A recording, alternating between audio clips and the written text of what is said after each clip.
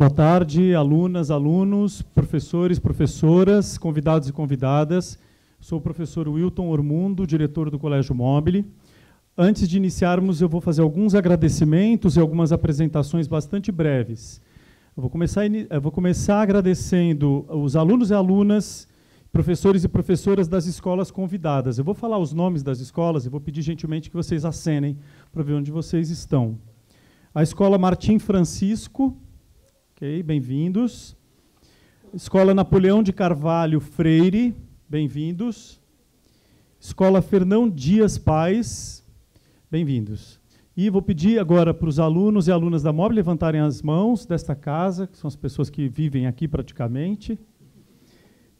A equipe do site Porquê, que para nós foi uma descoberta incrível aqui da Mobile, porque o site Porquê tem muito em comum conosco, que é o objetivo de explicar coisas muito complexas de forma simples e acessível. Uma escola também tem esse objetivo, mas não de forma simplista, que é ruim, mas de forma simples. Então, agradeço principalmente nas pessoas da Janaísa Viscardi e da Marisa Moreira Salles, que nos convidou tão gentilmente para sediar esse evento.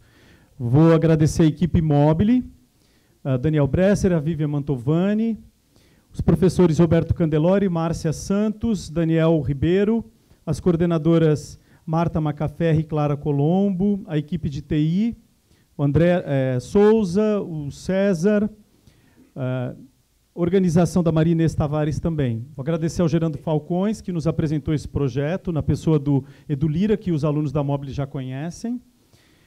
Também vou agradecer aos alunos e alunas responsáveis pela cobertura de imprensa. Dá um tchauzinho. A gente tem uma cobertura de imprensa também nossa aqui.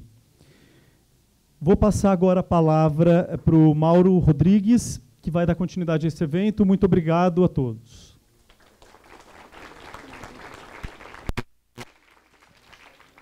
Boa tarde, pessoal. Vou falar rapidamente o que é o porquê. A gente começou há uns 3 anos e nosso principal objetivo é tentar fazer com que a economia chegue às pessoas, mas de maneira simples e direta. Então, se você abre o jornal, se você lê o noticiário, muitas pessoas ficam muito perdidas, porque tem um linguajar todo carregado. Tá? Aí as pessoas acabam desistindo, mas mesmo que a gente não entenda, a economia ela afeta a gente de maneira direta. Tá? Então é importante entender. Boa parte disso, de toda essa confusão, é culpa dos especialistas, em particular dos economistas. Tá?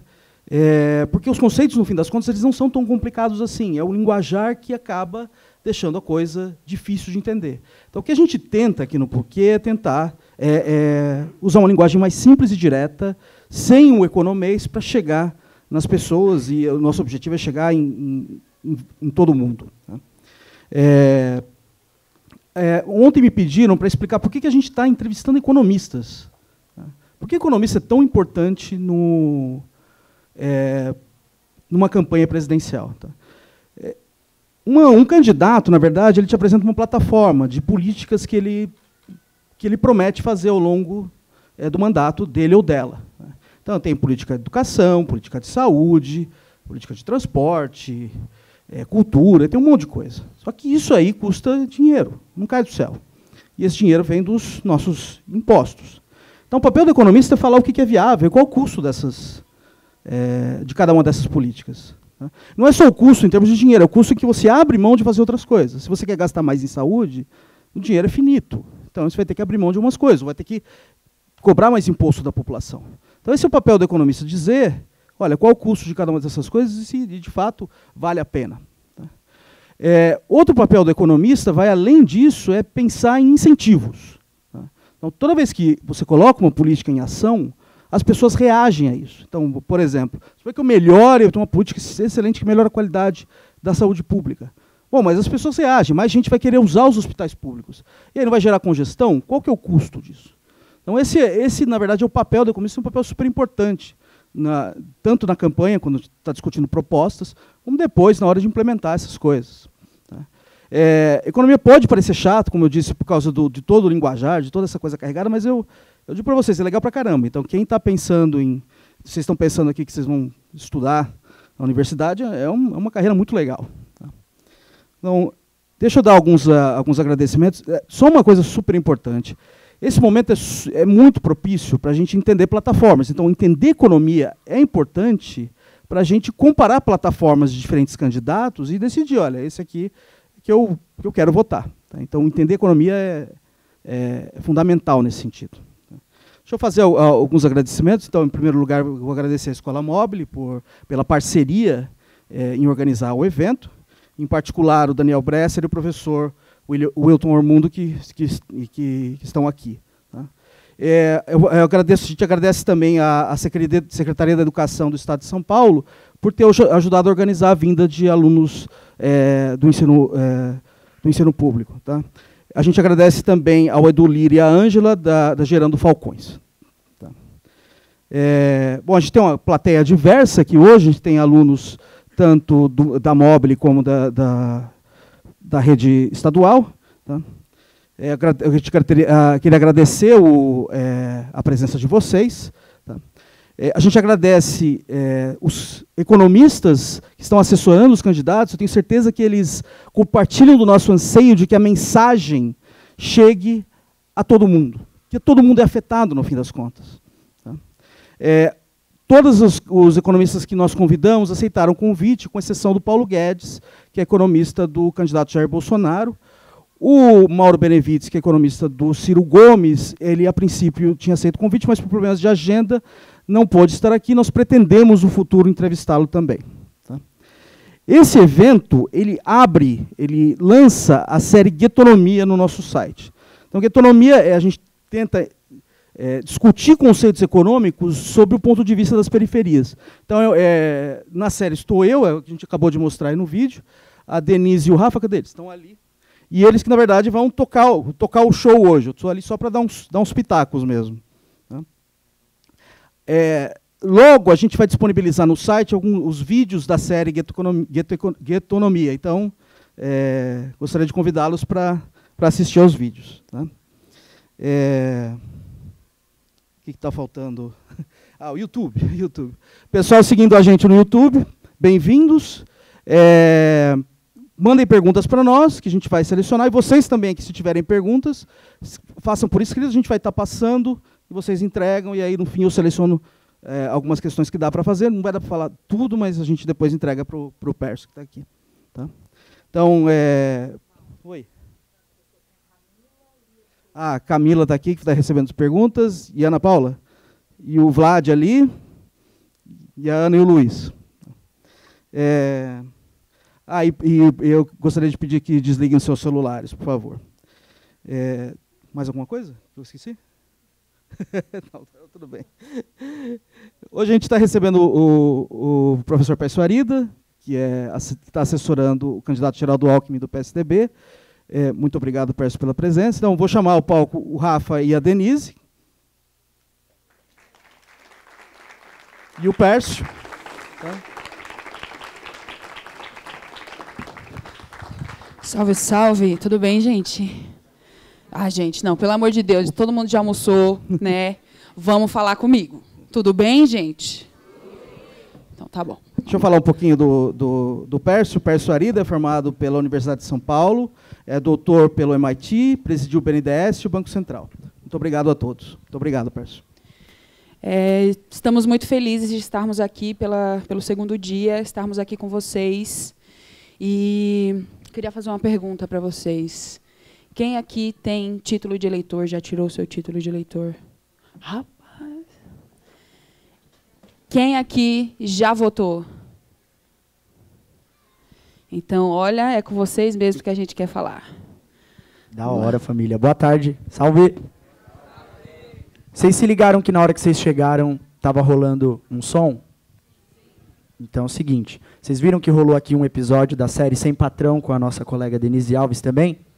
Essa é uma série que já está disponível no canal do porquê.com.br. É uma série que fala sobre o empreendedorismo nas periferias.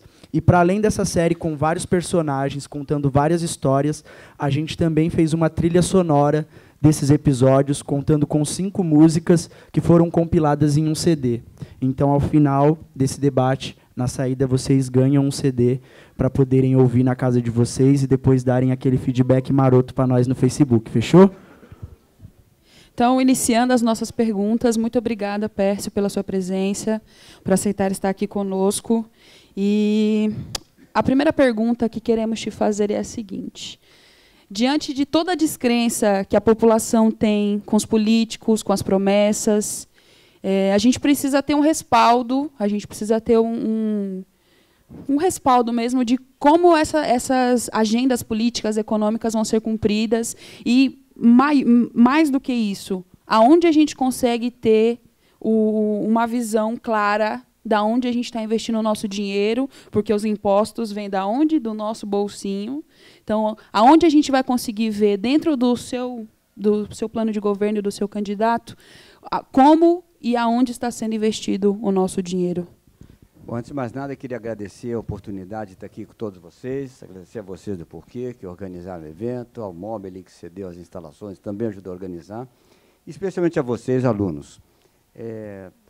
O grande momento das eleições, na verdade, é o momento do voto, certamente, mas antes dele é o momento da discussão, é o momento de conscientização sobre os problemas do país, é o momento de formação da cidadania. E ter essa oportunidade de trocar ideias com vocês é, para mim, extraordinário. Espero que seja tão bom para vocês, quanto certamente é para mim. E eu registro aqui minha especial satisfação com ter gente aqui da escola pública.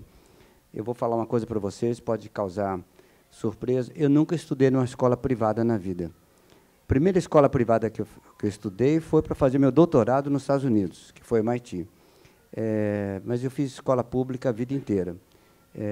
Então, para mim, tem um especial, digamos assim, prazer de falar com pessoas que hoje estão estudando na escola pública.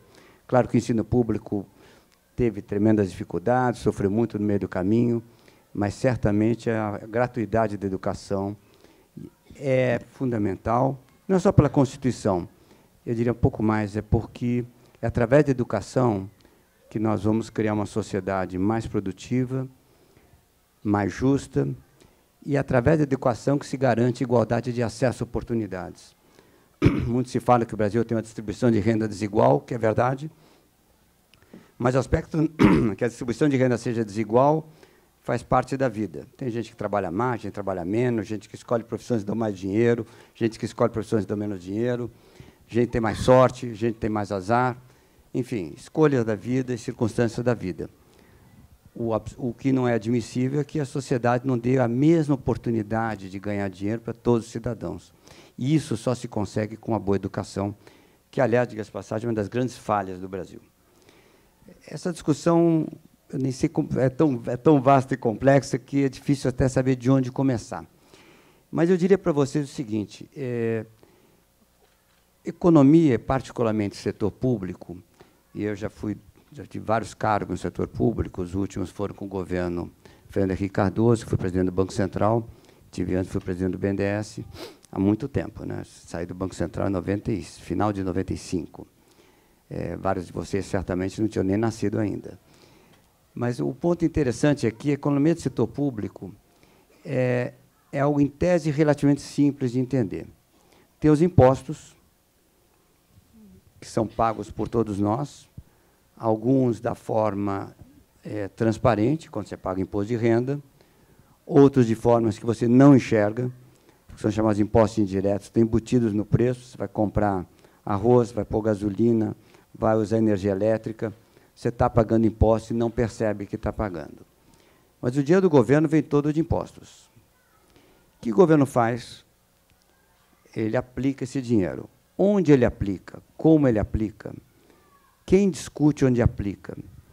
É na chamada discussão do orçamento da União, onde se vê as prioridades. Todo ano o governo envia para o Congresso Nacional, quem aprova é o Congresso, não é o presidente, um orçamento, onde tem a estimativa de receita, quanto ele imagina que vai arrecadar durante o ano, e onde ele pensa em gastar esse dinheiro ao longo do ano. O Orçamento Nacional deveria ser o grande momento de discussão das prioridades da sociedade. Não é no Brasil, em outros lugares é. Por um motivo, as nossas leis orçamentárias são tão complexas, tão difíceis, que eu desafio vocês a abrem na internet lei de orçamento, faz a LOAS, que é o nome técnico, tenta ler. Eu desafio qualquer um de vocês a tentar entender. Se não for especialista em finanças públicas, você já não consegue nem entender qual é a discussão, como é que funciona o orçamento. Complicado. Todo mundo acompanhou as pedaladas da Dilma. Me desculpa até te interromper, mas é que a gente tem um tempo um pouco curto. Eu vou pedir que você seja breve nas respostas. Me desculpa, pode continuar. Então, vamos lá. Então, resumindo em uma palavra, é a discussão mais importante que tem do orçamento, e parte da nossa dificuldade aqui, coisa que nós precisamos fazer, no caso do governo Alckmin faz parte, é simplificar o processo orçamentário para dar transparência, para a sociedade saber quanto gasta. E aí a gente acessa essas informações aonde? Não. Se você tiver um processo simples, tem que ter um lugar, que é onde? É no site do Tesouro Nacional. Por que é no site do Tesouro Nacional? Mas aí lá vai estar mais simples, no caso? Não, claro, lá é que tem que estar. Tem que estar, obviamente, no site do Congresso e no site do Tesouro Nacional. São os dois lugares onde as informações têm que estar de uma forma simples. Vou dar um exemplo. Quanto o país gasta em educação? Se você olhar o orçamento, você não acha. Tem estadual, tem municipal, aparece numa rubrica, aparece na outra, você não consegue achar. Você precisa entrar no site do Tesouro, ler um estudo especial do Tesouro, que é complicado de ler, que você vai descobrir que o Brasil gasta 6% do PIB em educação. A pergunta seguinte é, isso é pouco? É muito? Aí vocês vão descobrir que, com medida do PIB, quer dizer, do quanto a economia produz, a gente gasta um bom dinheiro em educação. Está até acima de nossos pares. Se a educação não é boa, é outro assunto. Porque, no fundo, o Estado gasta mal. Não é que ele gasta pouco. Qual que é a medida mais adequada? É por aluno ou é com proporção do PIB? Por aluno é baixo, no final das contas. Tudo no setor público, a gente tem que olhar, assim, tem que medir. Se vocês forem trabalhar na iniciativa privada, setor público, como é que funciona qualquer empresa? Você vê o resultado, você está produzindo, você está contribuindo, não está contribuindo. Setor público é igual. Se você olhar o exame PISA, que é um exame internacional, vocês sabem, de matemática, língua e agora ciências, o desempenho do Brasil é muito ruim. E não é culpa do aluno. O aluno está na escola, mas não aprende. É culpa de quem? Se o aluno aprende, não é porque ele não quer aprender, porque não ensinaram adequadamente. Então, nós estamos gastando muito e, pela medida do PISA, que é uma medida internacional, nós estamos gastando mal. A pergunta é, onde está esse dinheiro? Quer dizer, primeiro, gasta 3 vezes mais com universidade pública do que educação pré-universitária.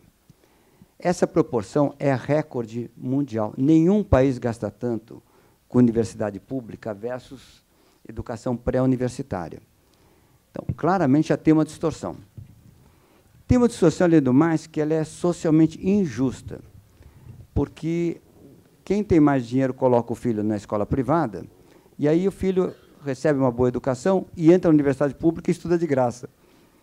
Claramente, o sistema está injusto.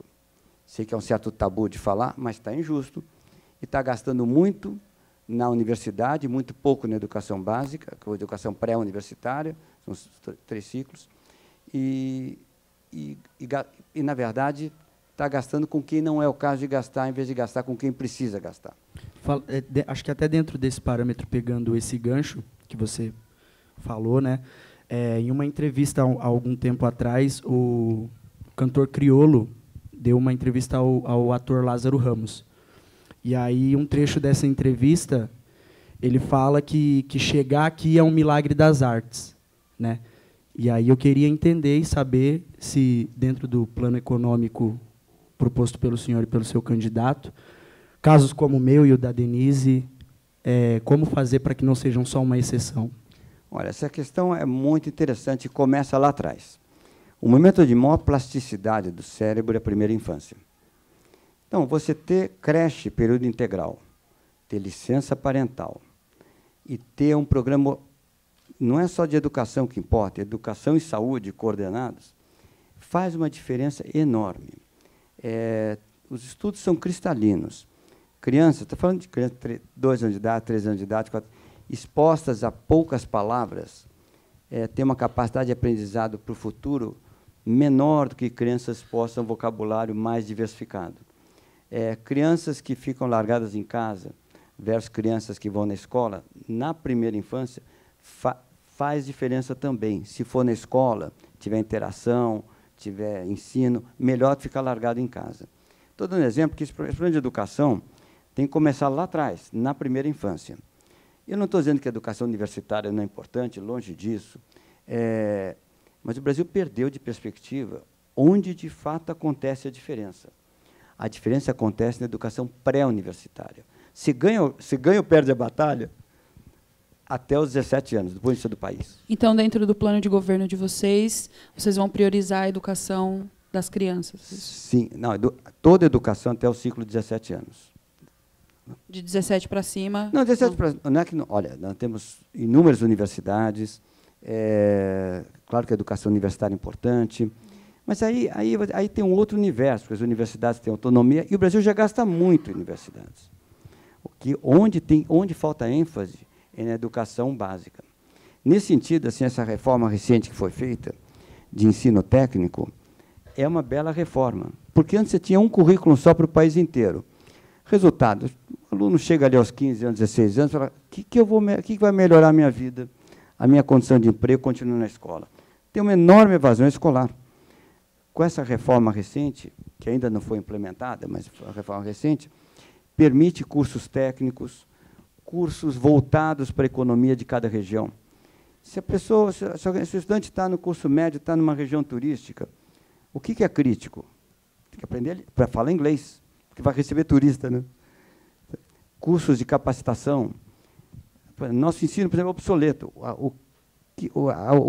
A ênfase que se dá, por exemplo, à computação, tecnologia, no momento que é muito, muito bom. Se você olhar, é muito mais rápido para uma pessoa de 10, 15 anos de idade aprender novas tecnologias que um cara de 30. Um cara de 30, a cabeça já ficou velha. Sim, eu até entendo e concordo com a importância de se investir na primeira educação, mas nós estamos diante de uma plateia onde todos os alunos aqui estão prestes a ingressarem no ensino superior também, e no âmbito periférico, assim, trazendo um pouco mais para a nossa realidade, o jovem, hoje em dia, ele não quer só atender às necessidades da indústria, né? Acho que o campo da cultura e das artes abriram um leque profissional, inclusive, para a gente poder melhorar as nossas habilidades dentro desse contexto. E aí, quando você me fala da importância de investir na primeira educação, mas não traz algo tão palpável para quem está, de repente, nessa faixa etária, eu queria saber se vocês têm algum plano para, de repente, priorizar e dar subsídios necessários para que a gente possa não só atender às necessidades da indústria, mas também trabalhar com cultura, trabalhar com arte nas periferias. Sim. E dentro do âmbito educacional também, né? Olha, o que hoje tem, quando eu falei que o governo gasta muito e gasta mal, eu vou explicar o que eu quero. Você pega, por exemplo, o caso de esporte amador. Onde é que você tem que fazer? Todos os programas de esporte amador, há muitos programas, têm que ser centrados na escola. Os incentivos à arte e à cultura têm que estar na escola. A escola é o lugar onde você faz a socialização, onde todos os programas públicos têm que convergir. O que acontece hoje com programas sociais no Brasil, eu contar para vocês, é um vexame. Vocês sabiam que tem mais de 60 programas sociais no Brasil. Ninguém nem sabe os nomes. Se eu começar a desfilar nome aqui, eu garanto que tem vários que ninguém nunca ouviu falar. O que você tem que fazer? Unificar tudo num ministério só. Sabe o que acontece? Tem dois ministros, um tem um programa, outro tem outro programa. Os dois ministros batem cabeça e você não consegue, por exemplo, juntar dois programas, diminuir um e aumentar outro. Você não tem flexibilidade. Depois tem que centrar na escola todos os programas. Tem um único local onde tudo acontece. Terceiro, tem que ter um aplicativo, né? Você pega um Uber, encomenda uma comida, alguém pergunta o seguinte: gostou do serviço? Como é que o setor público, nesse tamanho, é 40% do PIB? Como é que não tem um aplicativo? Se a escola é boa, se o professor está te ensinando, está aprendendo alguma coisa, está te interessando, o aplicativo, que programa da cultura eu posso acessar? Você tem que ter um aplicativo fácil, que o cara olhe no celular e consiga acessar o governo.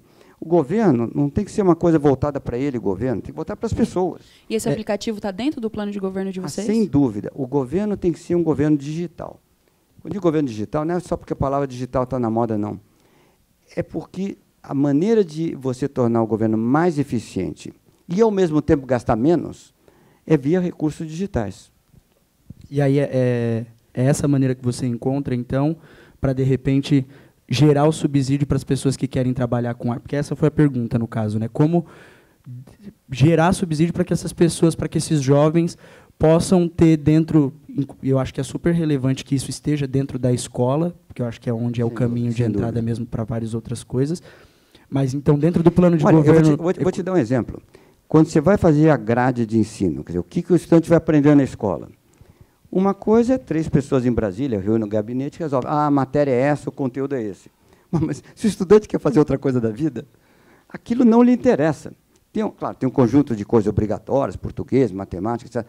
O resto, você tem que ter um aplicativo que o cara diga, eu quero cantar, eu quero me dedicar às artes. O que a escola tem a me oferecer? Porque aí você molda a parte livre do currículo ao interesse do aluno, que é a forma de tornar a educação realmente interessante e útil para a vida das pessoas. E saindo um pouco da escola, por exemplo, para mim que tenho 25 anos, tenho essa carreira como cantora, como MC, e eu preciso de subsídio para abrir a minha empresa, por exemplo, para que eu consiga contratar outras pessoas para trabalhar comigo, e eu não tenho esse respaldo do governo. Dentro do plano de vocês, olha, tem algo que nos acesse? Vou dar um exemplo. Você já tentou abrir uma empresa? Já é difícil, É né? uma dor de cabeça. Você vai, tem o cartório, você tem que... Conta tem o jurídica, estatuto social, juntas, tem conta né? jurídica, você paga o simples, não paga o simples, tem que arrumar um contador. A coisa mais simples do mundo, abre empresa no aplicativo. Se o aplicativo é seu, a empresa é sua, a sua única obrigação, no fundo, é pagar os impostos. Tem que ser muito simples. Eu, uma vez, fui abrir uma empresa, em outra fase da vida, quando estava na Grã-Bretanha. Sabe como é que abre a empresa na Grã-Bretanha? Você monta uma outra conta. Vamos supor que você tem uma conta aí no Bradesco, monta no Itaú, põe uma outra conta do Itaú, pessoa física. Tudo que você faturar, você recebe na conta, tudo que você gastar relevante ao seu trabalho, você paga da conta. No final do ano, você paga um imposto sobre o que você tiver ganho. Sabe quanto tempo demorou para abrir a empresa? O tempo de abrir uma conta bancária, que abriu online. Mas acho que esse é um mundo ideal, né? Não, mas eu estou falando para você o seguinte, é simplérrimo, não tem contrato social, não tem estatuto social, não tem contador, é a coisa mais simples do mundo. Acho que isso realmente é o melhor dos mundos, né, de você se imaginar.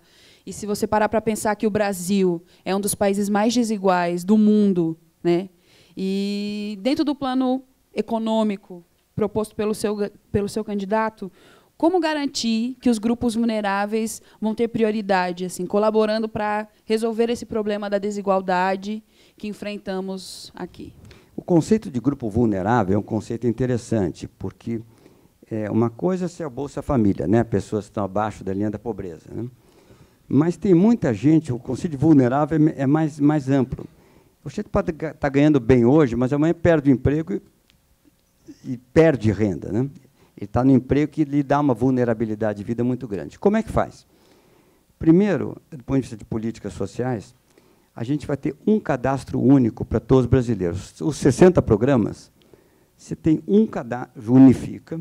Isso já existe, que é o CAD único, né? Mas o CAD único não é completo. Tem muita gente... Eu vou te dar um exemplo. Se eu quiser bater um CPF, CPF X, que de benefício do governo ele está recebendo, eu não consigo saber todos. Eu consigo saber se essa pessoa está empregada ou não está empregada? Em tese, a informação está lá, mas não está unificada. A primeira coisa, você unifica toda a informação. Segunda coisa, você assegura que, quando cai a renda, ele entra automaticamente em um desses programas sociais. Hoje, o que acontece? Você está no Bolsa Família, consegue arrumar um emprego, e fala, mas espera aí, vou arrumar um emprego. Saio do Bolsa Família. Daqui a 3 meses perco o emprego e demora para eu conseguir voltar para o Bolsa Família, como é que eu faço?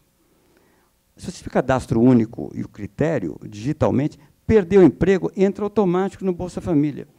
Então, a maneira de lidar com a vulnerabilidade é você ter uma forma de acesso. Você diz, essas pessoas são vulneráveis, se estiver abaixo desse nível de renda, e caiu a renda, entra automático no programa social. ganho a renda, sai do programa social. Parece simples, nunca foi feito. Sim, acho que até voltando um pouquinho também na questão da Denise, ela havia perguntado se existe alguma maneira de repente, garantir que ela consiga abrir a empresa dela e que consiga gerar empregos também, né? E eu acho que, para além do aplicativo que facilita a abertura de uma empresa, que, na verdade, abrir uma empresa, qualquer um pode abrir uma empresa. Eu acho que a pergunta ela tem um viés mesmo de quais os meios para financiar e ajudar o empreendedorismo nas periferias. Como garantir também que ela sobreviva, né? Sim, é isso. Para além de abrir uma empresa, sabe? Vamos lá, tem duas coisas aqui. Primeiro, abrir empresa, eu estou enfatizando esse ponto aqui, porque qualquer um que tenha tentado abrir uma empresa sabe da dor de cabeça que é. Isso tem que ser uma coisa simplérrima. Segunda pergunta é a seguinte: bom, abrir uma empresa precisa de crédito ou um apoio governamental. O Brasil, se você deixar de pagar alguma coisa, teu nome fica sujo, né? Fica nos bancos de dados, etc. Se você for bom pagador, o que acontece? Ninguém sabe. O Brasil tem cadastro negativo, não tem cadastro positivo. Por que isso faz diferença? Eu já morei fora. Eu tinha oferta, entrava carta de banco perguntando: você quer tomar um empréstimo? Como eles viam que eu estava pagando o cartão de crédito em ordem, quando ficava no cheque especial, honrava o cheque especial, consideraram bom pagador. Quando o cara é considerado bom pagador, a taxa de juros cai. O que hoje acontece no Brasil é que, se é mau pagador, ou se se atrapalhou na vida, por algum motivo o nome dele está no cadastro de inadimplentes, pronto, ele está com problema. Se ele pagou suas obrigações, o banco não sabe quando empresta. Então, na verdade, cadastro positivo, quer dizer, dá chance a quem está dando dinheiro de saber que você é bom pagador, vai diminuir o crédito, o custo do dinheiro para você. Isso é uma primeira coisa. Incentivos à cultura. O Brasil gasta pouco em cultura, relativamente pouco Muito em cultura. pouco. Relativamente pouco. Relativamente pouco em cultura. O que aconteceu com a cultura é o seguinte: a cultura tinha uma fonte de recursos que era 3% da Loteria Federal. Cada vez que alguém joga na Loteria Federal, 3% deveria ir para a cultura. O que aconteceu? Isso é que está na lei. Como o país gasta demais com a Previdência, não tem dinheiro, entrou em déficit e ninguém cumpre a lei. Como é que faz para resolver o problema da cultura? Resolver o problema do déficit público e cumpre a lei. Porque com os 3% você tem um nível de gastos culturais razoável, dado o nosso PIB. Então, o que está faltando hoje não é nem lei. Né? O que falta hoje é combater o déficit público, que parece que é um problema que não afeta a arte, ele afeta tudo. Por isso, essa coisa do déficit público é muito importante. Se um país está gastando muito mais do que tem, do que arrecada, e tem uma dívida alta, tem que fazer o que qualquer um de nós tem que fazer. Se você tiver com uma dívida alta, vai se endividar mais para viajar? Não faz sentido, né? A dívida alta, você paga a dívida, põe as finanças em ordem e depois você vai viajar. Tem muita gente perguntando isso aqui, sobre o posicionamento de vocês com relação ao teto de gastos. E eu vou aproveitar e fazer essa pergunta em relação à dívida. A gente sabe que é bastante difícil, o gasto no Brasil é todo engessado, e eu queria ter uma ideia se vocês têm algum horizonte de vão colocar as contas em dia. Olha, teto de gastos virou vilão. Não pode gastar por causa do maldito teto de gastos, precisa acabar o teto de gastos, que daí dá para gastar. Então, volta e meia tem candidatos dizendo que vai tirar o teto de gastos. Deixa eu só esclarecer, as pessoas não sabem. O teto dos gastos é uma emenda constitucional que diz que, nos próximos 10 anos, o gasto total do governo federal só pode crescer, sem colocar juros, só pode crescer a taxa de inflação. Então, a quantidade de coisas que o gasto pode comprar não pode subir, além desse patamar. Bom, o teto de gastos é uma coisa que parece ruim, né? Como é que eu proíbo de gastar mais em termos reais? Se o país for bem, por que eu não estou gastando a mais, né?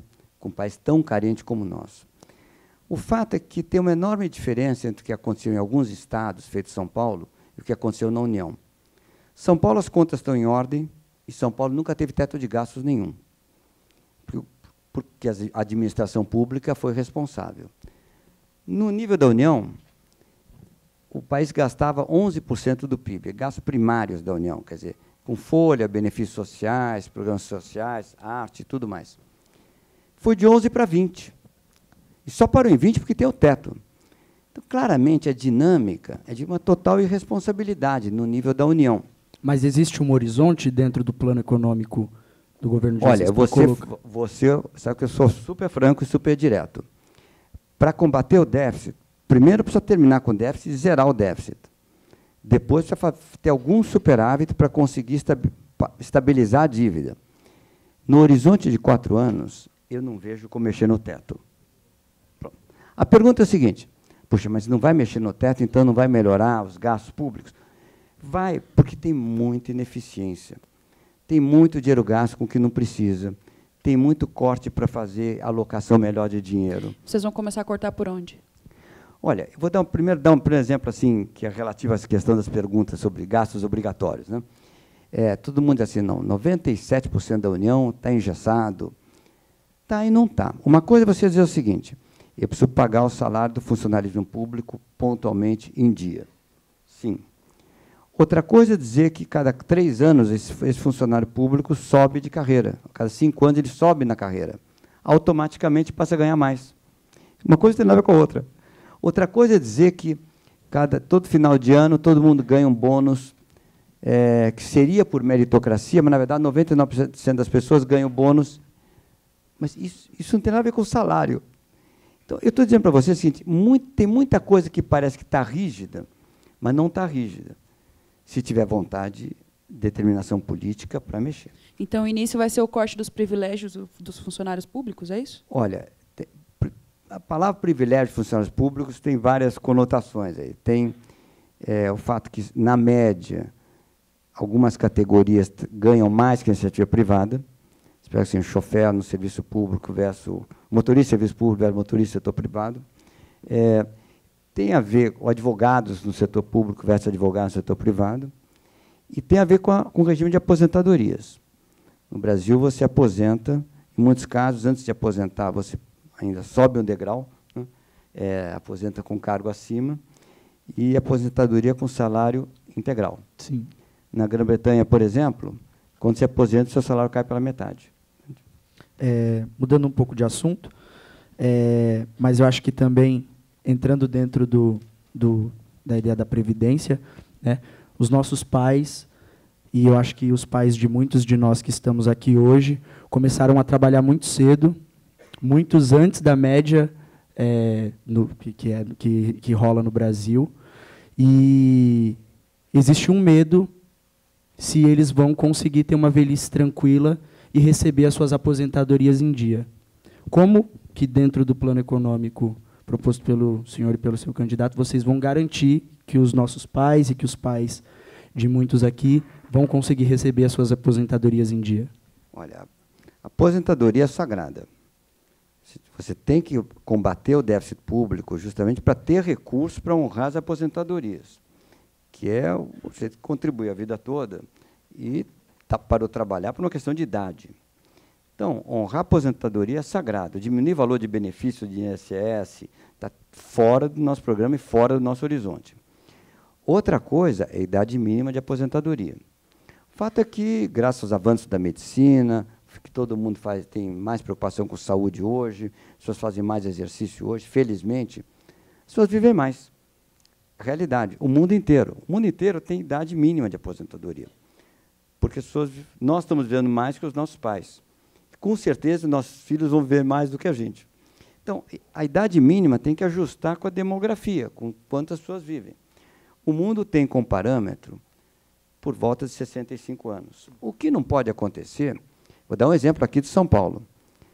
Para cada um coronel da Polícia Militar que está trabalhando, quantos vocês acham que tem aposentados ou pensionistas? Pensionista que recebe, sei lá, é mulher ou filho de alguém já falecido que tinha pensão. 3? Errou. Sim, e errou. Está longe. Está água completa. Tá, errou muito. Continua errando.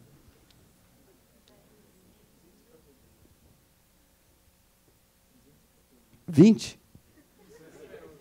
20? Errou, de novo. Continua errando. Vai. Quanto? Não, também não precisa exagerar, não. Não, é 164. É 1 para 164. Bom, o ponto aqui, estou dizendo assim, Obviamente, por quê? Porque aposentam cedo. Está claro, está fora. Basta falar, está fora de proporção. E o problema não é São Paulo, não é a Polícia Militar, são as regras de aposentadoria do setor público como um todo. Estou só falando isso como exemplificando. Então, a questão é a seguinte, precisa mudar a regra. Uma coisa é honrar o benefício. Isso é sagrado. Aposentou, tem que receber. Beleza, mudamos aí, então, a idade mínima para aposentar, subiu essa idade. Isso. E aí minha mãe, que começou a trabalhar aos 10 anos de idade, está com seus 53, Olha, 50 e alguma não, coisinha. Mãe, desculpa, escuta, tem que não ter uma lembro a sua regra, idade. A regra de transição é bom senso. Calma aí, deixa eu terminar de falar. Sim. E aí, então, ela pegou, passou por esse processo, trabalhou esse tempo todo, e aí a idade mínima aumentou. E aí ela ficou velha demais para ingressar dentro do mercado de trabalho, mas também está jovem demais para poder se aposentar. O que ela faz nesse período? Não, a regra, implementar a regra, tem que usar uma regra de bom senso. O sujeito tem 60 anos ou 61, está para aposentar, fala, não, se aposentar no mês que vem, não, espera, tem que até os 65. Não faz sentido. Uma coisa, como é que implementa a regra de bom senso? Quem está para se aposentar, trabalha mais um mês, 2 meses, dá um pequeno esticado e pronto. Mas você vai garantir isso no... Não, sim, o texto tem que garantir uma regra de transição. A regra de transição é muito importante. Não é isso vai estar garantido. Sim, então. o que não faz sentido é, a partir de hoje, a 65, o sujeito está com... E a regra é a mesma para quem tem 64, tem 60, tem 53. Não faz sentido. Fazer uma regra de transição. Mas o conceito de idade mínima é fundamental. É uma realidade que pode parecer desagradável, mas eu diria que tem um lado agradável. Ela é consequência do fato que nós estamos vivendo mais. Tão simples quanto isso. Certo. Dentro da área da saúde, hoje nós sabemos que apenas metade do nosso país tem saneamento básico.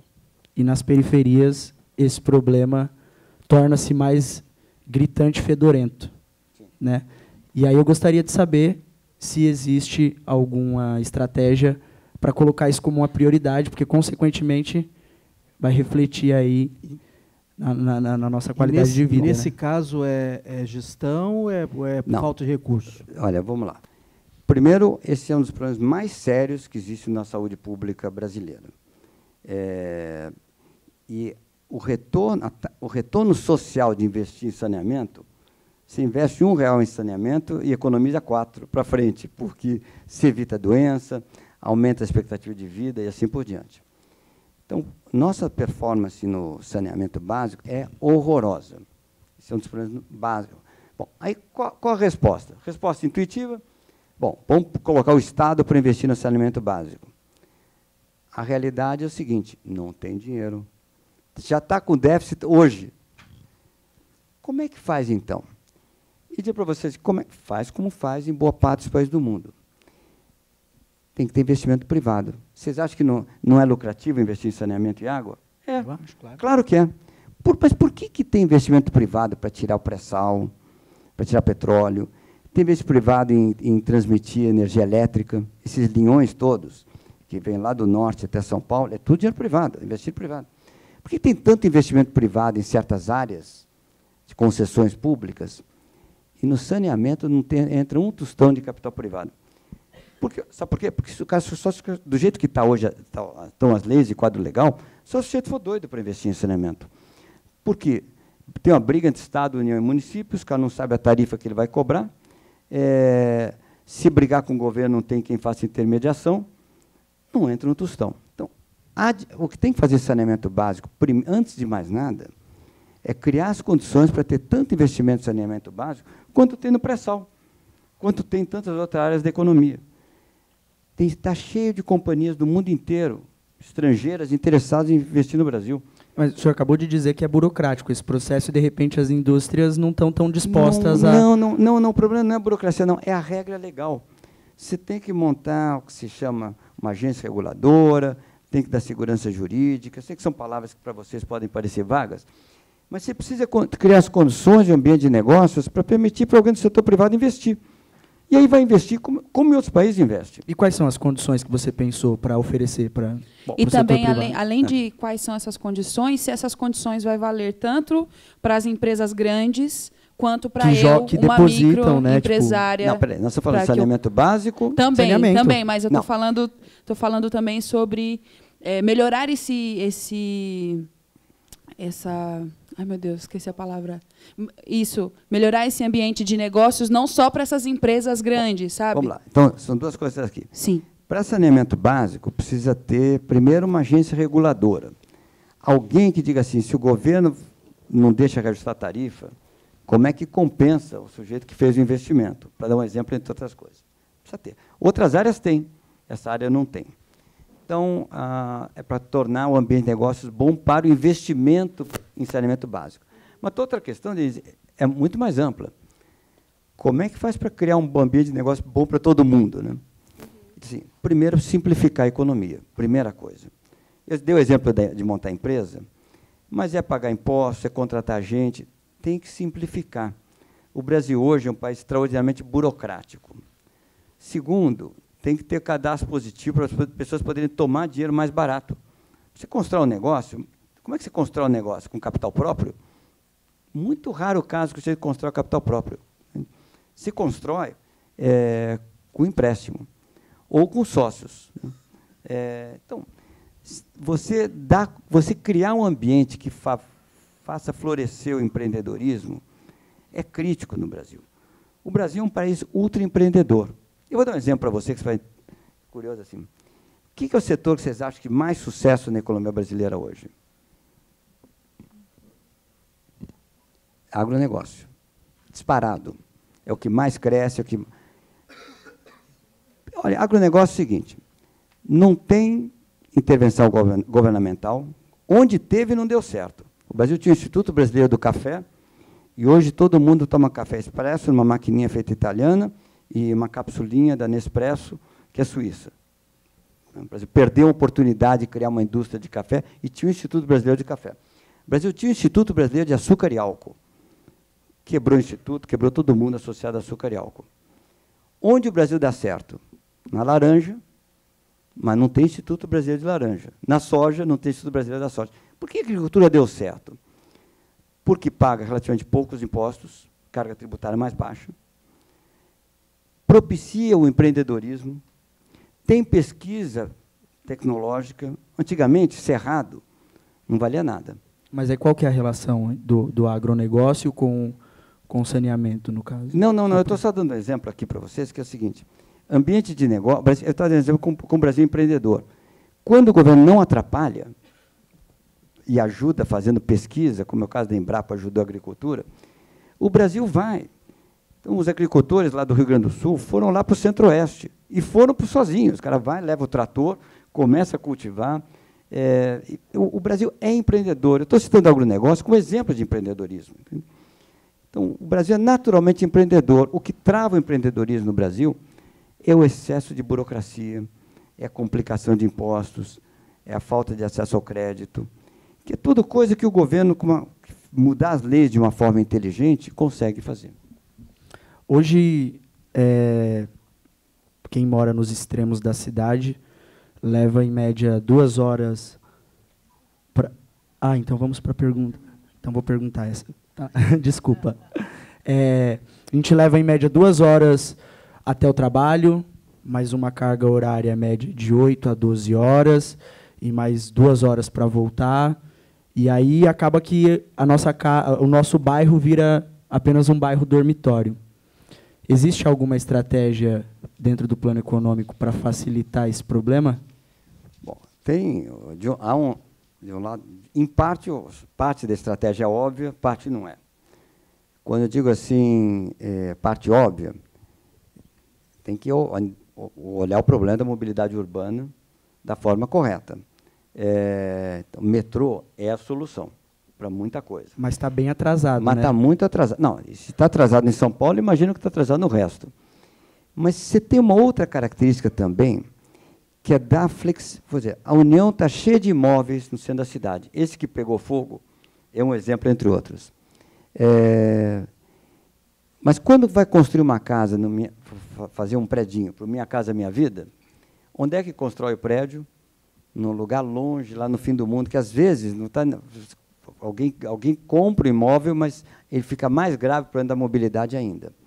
Tem duas coisas de mobilidade urbana que ajudam. Primeiro, em vez de você dar o dinheiro para alguém construir alguma coisa, em algum lugar que o governo diz que é para construir, dá o dinheiro na mão das pessoas. É como se eu dissesse para você o seguinte: em vez de você comprar uma casa, digamos, um apartamento do Minha Casa Minha Vida, num lugar a 4 horas de distância do seu trabalho, só porque tem um financiamento barato, ele fala assim: eu te dou o equivalente ao custo de financiamento barato num voucher, como se fala, num direito. Escuta, se você quiser comprar um apartamento aqui na 9 de Julho, pequenininho, compra. Usa o dinheiro como você quiser. Porque isso é a facilidade. Segunda coisa importante, regularização fundiária. Se você olhar o que a gente costumava chamar de favelas, não é lugar... antigamente tinha conotação que é lugar de bandido. Não é. As pessoas de favela trabalham normalmente. Por que a pessoa mora na favela? Porque tem acesso. Ela não fica 2 horas no trânsito. Sim, e aí eu acho Mas que qual que é o problema da favela? Da favela é o seguinte: ele não tem titulação da propriedade. Sim.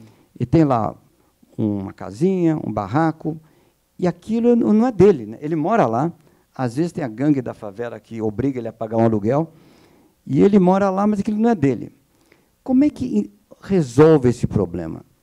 A solução que o mundo inteiro faz é um programa de regularização fundiária. Como se chegasse lá, se é o seguinte: olha, aqui eu vou te dar um título de propriedade.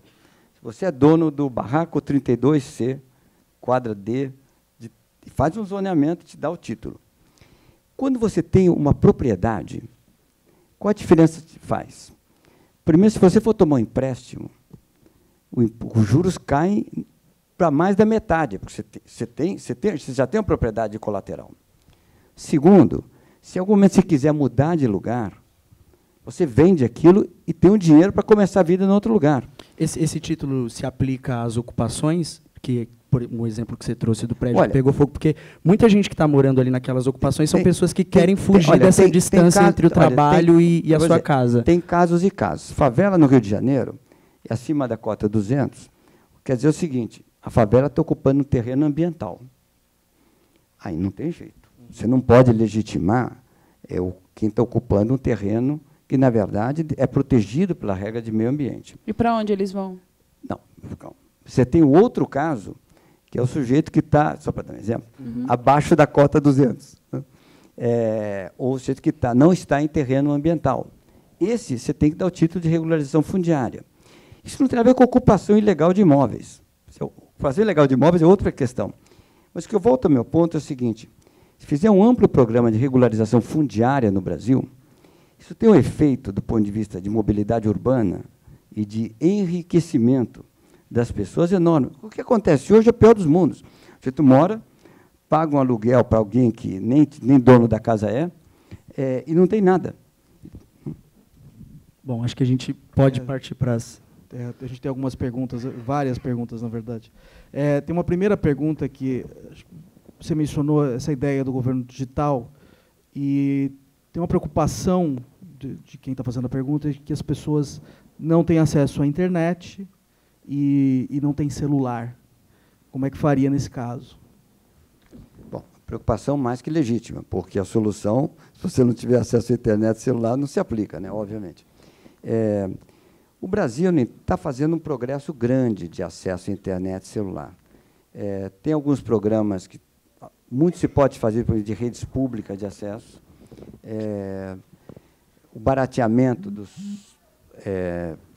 serviço de telefonia também ajuda. E o mundo vai entrar em uma tecnologia muito mais avançada do que a atual. Mas você vai garantir isso no plano econômico? Não estou garantindo. Pelo seguinte, seria o ideal, no caso. Seria o ideal. O que eu digo para você é o seguinte: tem uma expansão natural de conectividade via celular. A forma de expansão antiga, que é conectividade via telefone fixo, está se revelando muito custosa. As novas tecnologias, particularmente as tecnologias 5G, são tecnologias que dão uma velocidade ao digital que torna estou exagerando um pouco, mas quase que dispensável o recurso ao telefone fixo, né? Então, acelerar a introdução de novas tecnologias no Brasil é só matéria regulatória. Fazer as licitações, etc., facilita muito. Fazer uma ampla rede nacional que dê acesso gratuito para todo mundo, eu vou dizer assim, adoraria dizer para vocês que nós vamos fazer, não está no nosso programa, porque o déficit público não deixa fazer, tão simples quanto isso. Acho que é uma pergunta final, que é basicamente sobre educação. A gente falou bastante sobre educação. As pessoas estão um pouco preocupadas com os resultados no Estado de São Paulo, que não são bons. E o mesmo candidato, se eleito, como é que ficaria? A gente teria credibilidade que vai, de fato, implementar programa que consiga melhorar a educação, dado que a hora que a gente olha para São Paulo, o estado mais rico, os resultados não são bons. Tem algumas perguntas específicas sobre a Base Nacional Curricular. Tem diversas perguntas, eu vou sintetizar aqui. Eu acho que ela parece excelente para lugares como São Paulo, em que você tem bastante escala, em que você pode escolher diversas escolas onde estudar. Se você vai para um lugar remoto, fica mais complicado. Isso não acaba acentuando a desigualdade, no fim das contas? Bom, vamos lá.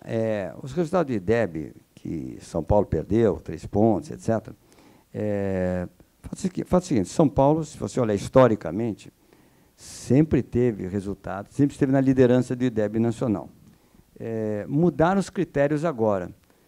Hoje, você estava ouvindo o Alckmin falando no G1, está disponível online, se vocês quiserem ver. Ele até contou que critérios que mudaram, que diferença isso faz, etc. Que a perda de São Paulo do ranking não impressiona como parece impressionar à primeira vista.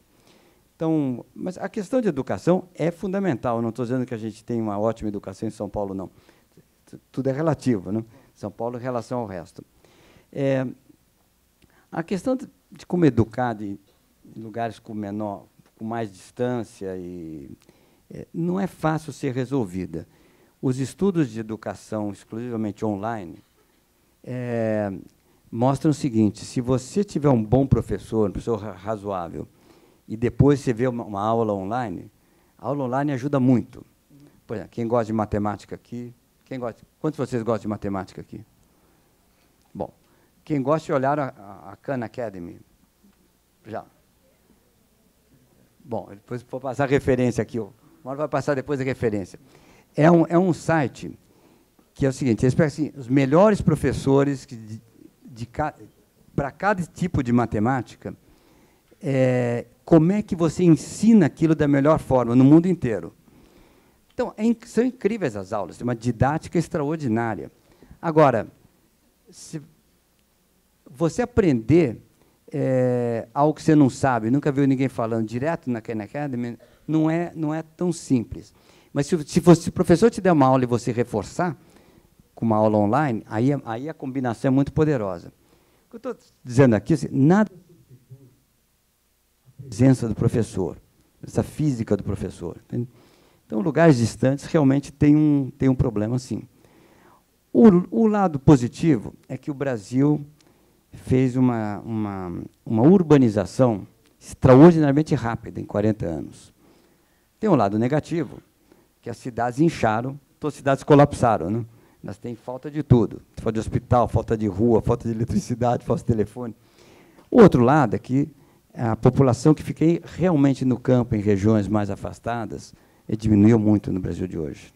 E como resolve?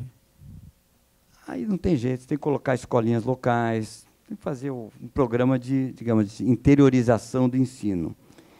Isso está previsto? Está previsto. No plano econômico? Está previsto. Hoje, o Brasil fez uma coisa boa, apesar que a gente fala mal de tudo que foi feito no Brasil. Hoje, boa parte das crianças estão na escola. Pode não aprender muito, aí é outro problema, mas ao menos já estão na escola, que já é o primeiro passo. É isso, muito obrigada. Muito obrigado, Eu que agradeço a todos vocês. Muito obrigado.